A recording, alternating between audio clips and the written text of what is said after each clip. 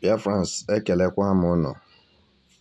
Without taking much of your time, mana ndebe anyị si na ihe agba n'aka na-ejighị enyo.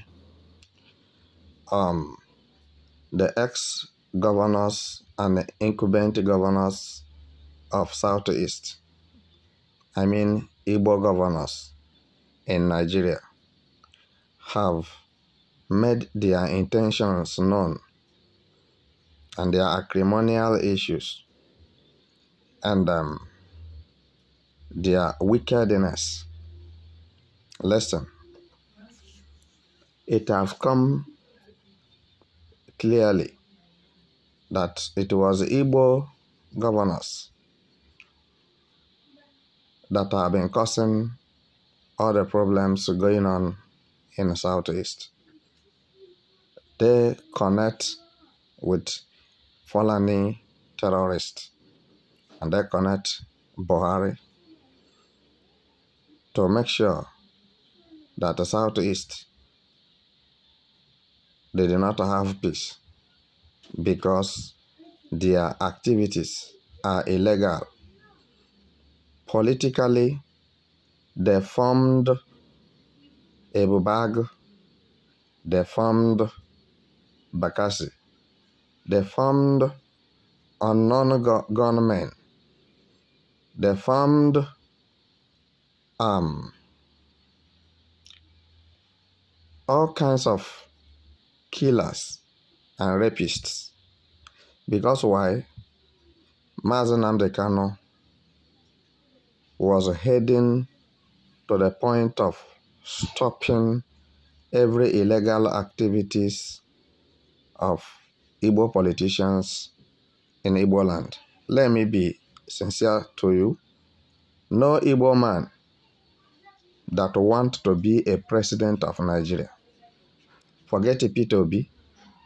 Peter Obi, we see, is not a sincere person and is not somebody to be trusted. Look at what he did to Igbos when he was a governor in Onitsha. How he killed them. Just for him to make all the money, the billions and trillions, without intimidation and without anybody asking him questions.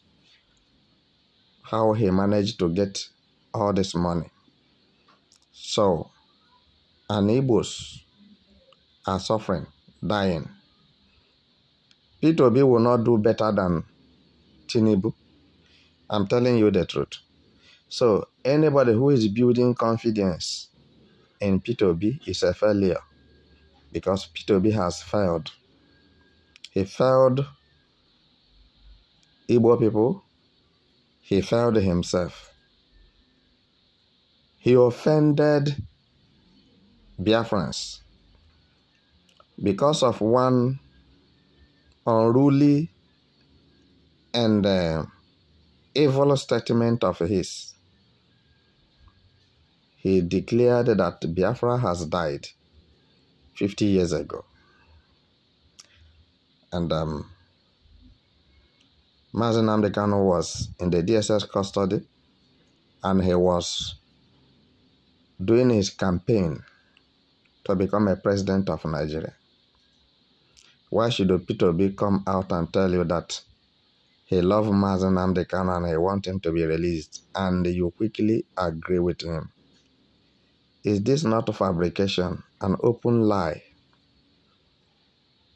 Let me tell you, Mazi Nnamdi Kanu have the details of what Igbo people, Igbo politicians are doing, playing politics with the lives of Igbo youths. And he wants to stop them. And they turned Igbo land into killing field. And Hope Uzodinma was the leaders of the killers. The Serikin Fulani in Imo State, court administrator of Imo State. So, because they believe that right from Hope Uzodinma's childhood that he has been evil himself, and he knows how to do evil. So the Igbo politicians made him their chairman. So, and he formed all these groups to use it to intimidate his political opponents, and at the same time to frustrate the efforts of Mazen Nnamdi Kanu from protecting Biafrans from Fulani terrorist beheaders. And they all agreed in one voice that Mazen Nnamdi Kanu should be killed. What Igbo politicians meant for Mazen Nnamdi Kanu is death, not life. But God disappointed them by bringing Mazen Nnamdi Kanu down by DSS alive to Nigeria. They don't like it. I'm telling you the truth. They don't like it. If you wouldn't mind, let me ask you a question. Have any of the lawyers of Mazen Nnamdi Kanu been able to tell you what Mazen Nnamdi Kanu told him or told them in the DSS custody on how they planned right from overseas? Because they who are at home liaised with the enemies of Mazen Nnamdi Kanu in overseas, and that was how they monitor and kidnapped him. So I want to tell you what is going on now. You may believe me, you may disbelieve me. Igbo politicians, both the ex-politicians and the incumbent politicians, the current ones, they have had a meeting that nothing will make Mazen Nnamdi Kanu to be released over their dead bodies to see Mazen Nnamdi Kanu released. So, and what is the cause of this dastard behavior? So, because if Mazen Nnamdi Kanu should come out himself and open his mouth of what happened to him, some of you will shed the tears till 1 year. And some people, you are seeing and believing that they are innocent of Mazen Nnamdi Kanu's kidnap from Biafra land. You will discover that they have a hand in Mazen Nnamdi Kanu's kidnap. And this is why their prayer to Tinubu is to make sure that Mazen Nnamdi Kanu remains in the DSS custody and die there. And let me tell you why Mazen Nnamdi Kanu, why they have not killed him. Why the DSS have not killed him? Because Igbo politicians have given DSS a lot of money to kill him, so that their evils will not be revealed, their secrets will not be revealed, and they will continue their evil doing. But God have disappointed them completely.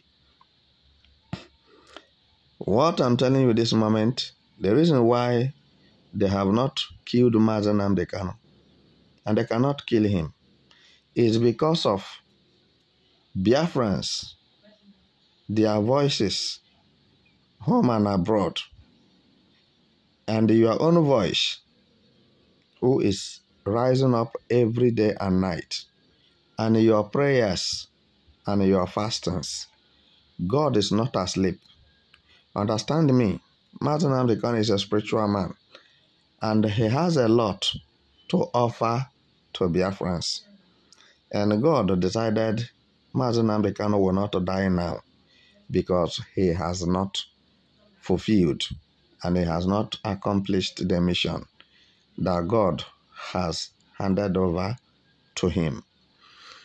What I'm saying this moment may make sense to you. It may not make sense to you. Listen, few hours ago, we are getting a report that Igbo politicians had a meeting, and their meeting is that Mazi Nnamdi Kanu, if he wants his life to continue, that is to continue breathing in and breathing out, he should accept the condition they give to him, that if they release him, that he will not gather 10 people or 20 people, and anything that has to do with Biafra, he will remove his hand and wash his hand off from anything that have to do with Biafra. And Mazi Nnamdi Kanu should not speak to anybody concerning Biafra. And the movements of Mazi Nnamdi Kanu shall be teleguided and shall be monitored. You understand what I mean. So now, this law of Moses, they have read for Mazi Nnamdi Kanu to abide by it and sign before he will be released. Now, if you were Mazi Nnamdi Kanu, how will you feel? And you who is listening to me, how do you feel with these conditions they placed him on? And that is their political solution. So, on the other hand, they made him to know that he is free to contest for anything he wants to contest in the southeast or in Nigeria. But for him to talk about Biafra is a dead issue. So he should make a choice, which I want to let you know now, that Mazi Nnamdi Kanu rejected those offers because Mazi Nnamdi Kanu was not seeking for gubernatorial seat before he was kidnapped in Kenya. Mazi Nnamdi Kanu was not vying for the presidential seat of Nigeria before he was kidnapped in Kenya. Mazi Nnamdi Kanu was not seeking for senatorial district, senator or whatever before he was kidnapped. Mazi Nnamdi Kanu has nothing to do with Nigeria political position. So, but what actually happened was that they believed that Mazi Nnamdi Kanu have opened the eyes of many Biafrans, many Igbos, to see that all the governors and all the politicians from Igbo land are not there for Igbos. They are there for their own family, for their own pocket, and for themselves. They don't care about whosoever that is crying as the result of the death of his mother or her father killed by terrorists. And they want to use terrorism now to block everywhere. Now, in the sense that nobody will come out or go in, Igbo land will be scanty. So, but then, ask them a question, as I'm asking them, who will they be ruling if Igbo land becomes scanty, empty, as a result of Fulani madness killing? I leave you here.